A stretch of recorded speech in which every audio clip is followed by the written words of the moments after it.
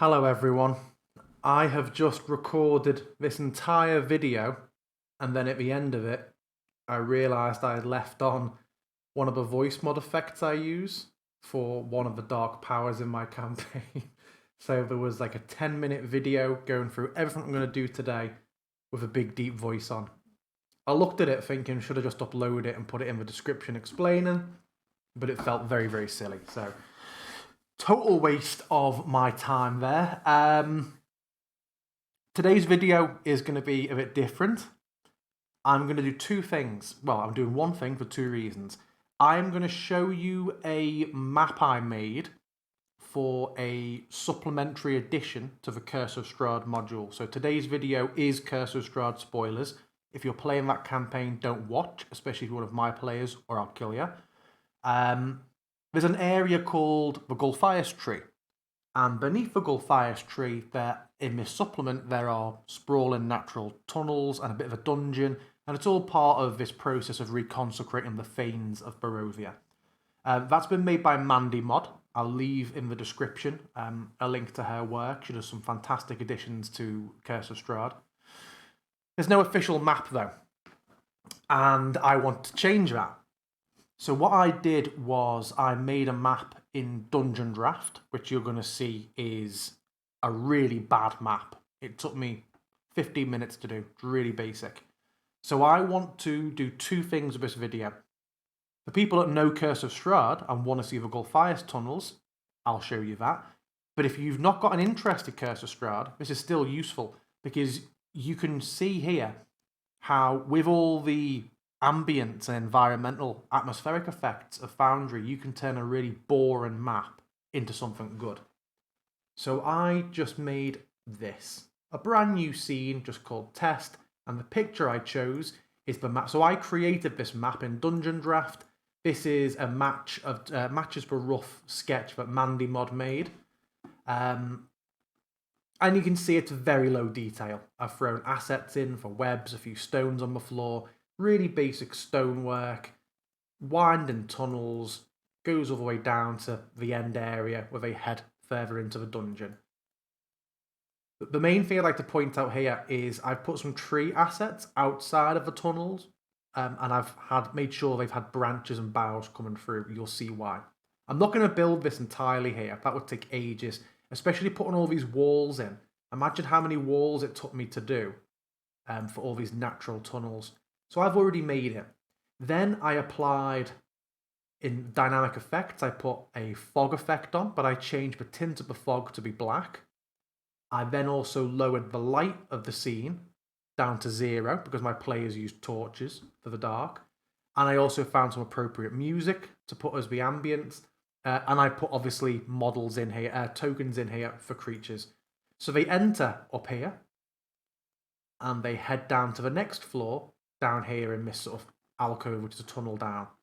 I also put journal effects in, but only I see them as the DM. And the end result was this. Now it takes a couple of seconds for the fog effects to come in properly. If anyone identifies the music as well, I'll be very happy. So this player, you see the fog effect coming in if I zoom in a bit more.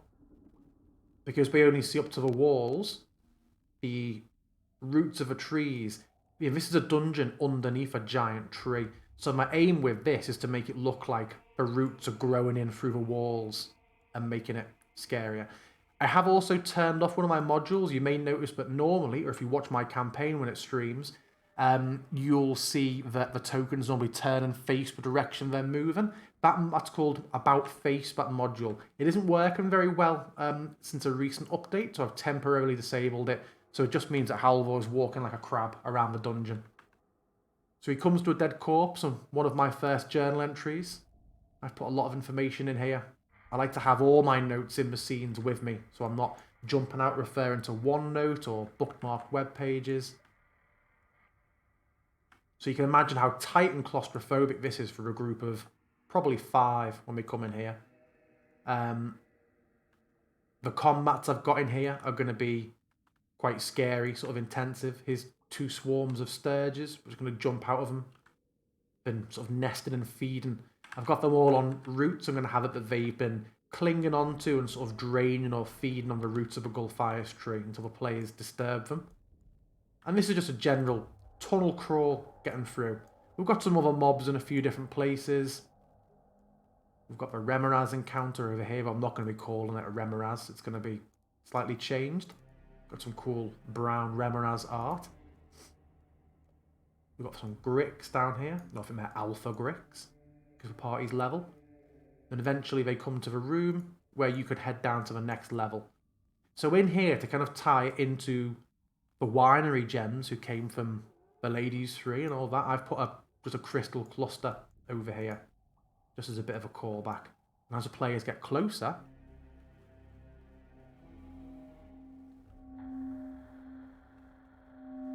that ambient noise you hopefully hear, which gets louder the closer they get, just adds a bit more detail and flavour.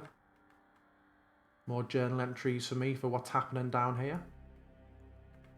And then eventually, they can find their way through the webs and find the tunnel to go deeper in. Originally, I was going to show you the second floor. Well, I think it's actually the third floor. I think there's like an RP only encounter that's in the middle that's more theatre of the mind. I need to reread it myself.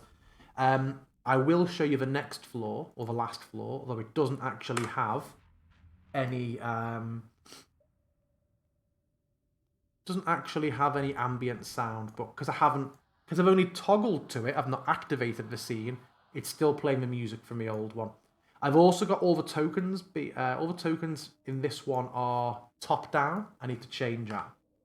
I kind of found, with going to Foundry, I really wanted to try top down tokens, and it's good.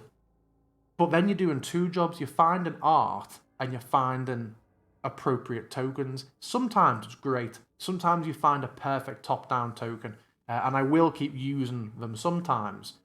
But I was spending so much time going, here's great art, I'm going to use this art for something, and now I need to start going and finding a token.